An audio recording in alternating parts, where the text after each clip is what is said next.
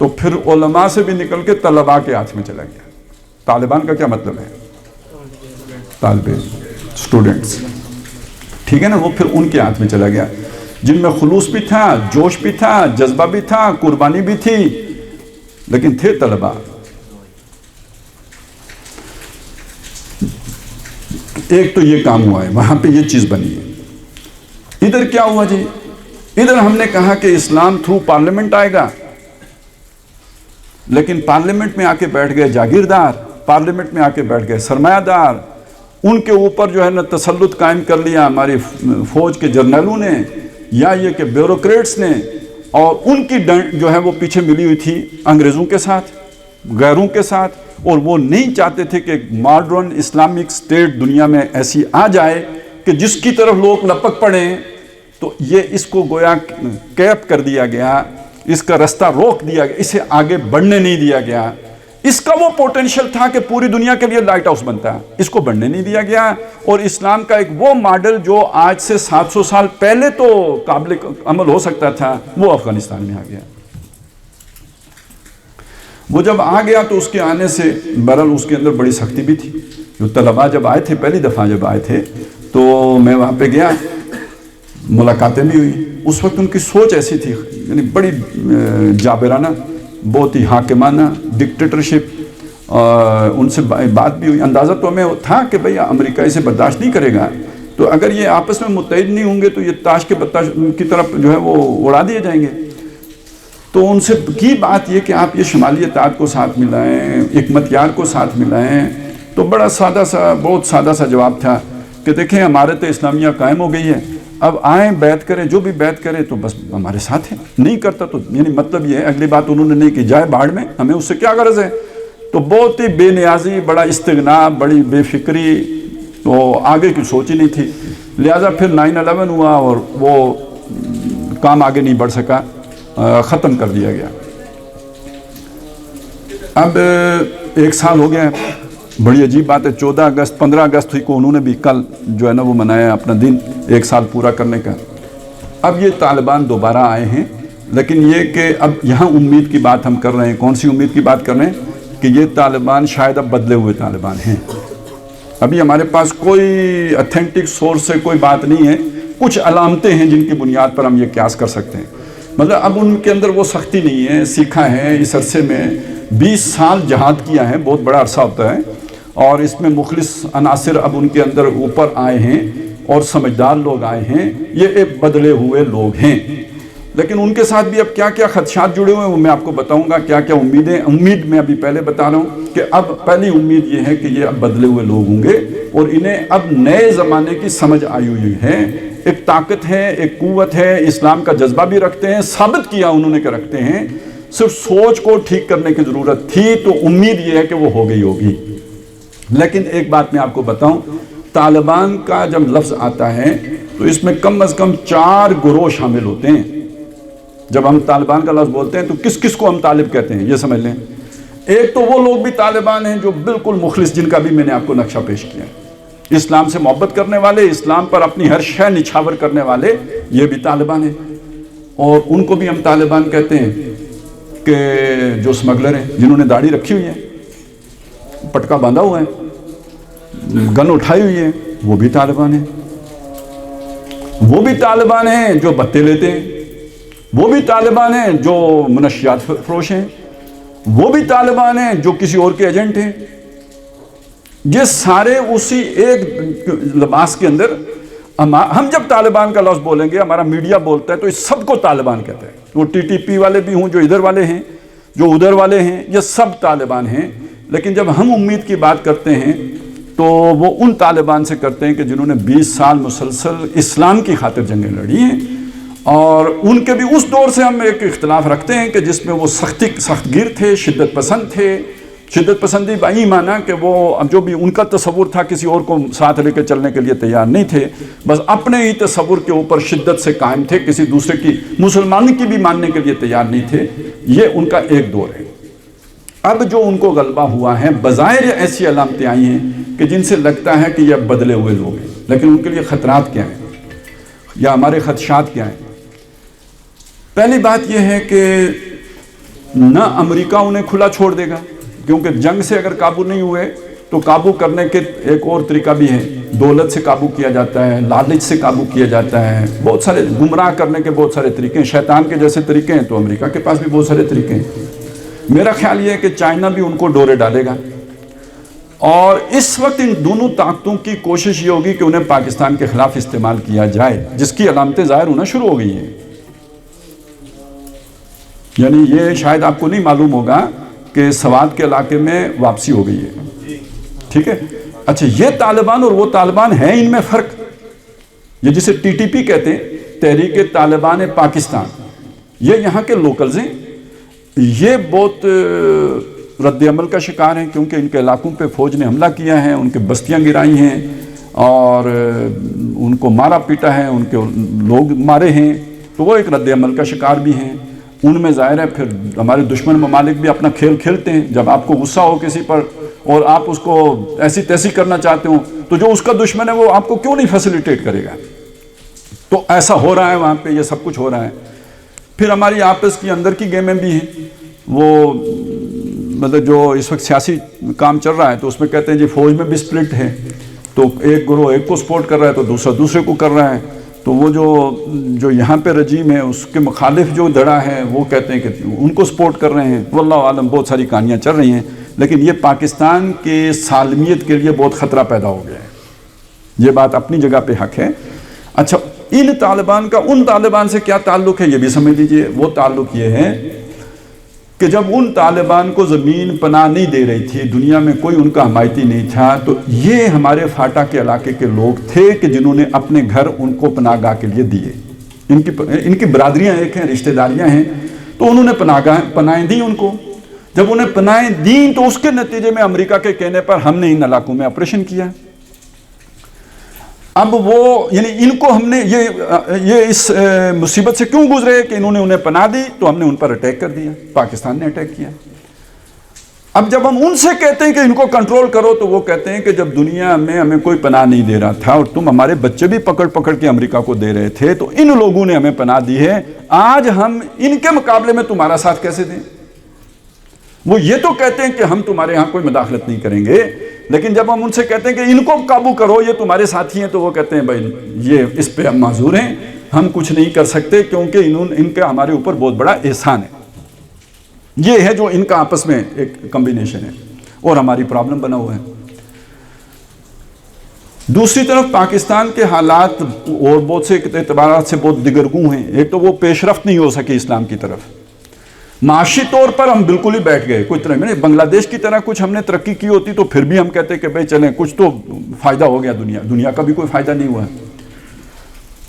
البتہ ہم نے کچھ ایٹم بم بنا لیا، میزائل ٹیکنالوجی حاصل کر لی، یہ دنیا کو کھلتا ہے، اور اس وجہ سے ہمیں اور مصیبت پڑ گئی ہے کہ دنیا پاکستان کو اس وجود کے ساتھ گوارا کرنے کے لیے تیار نہیں۔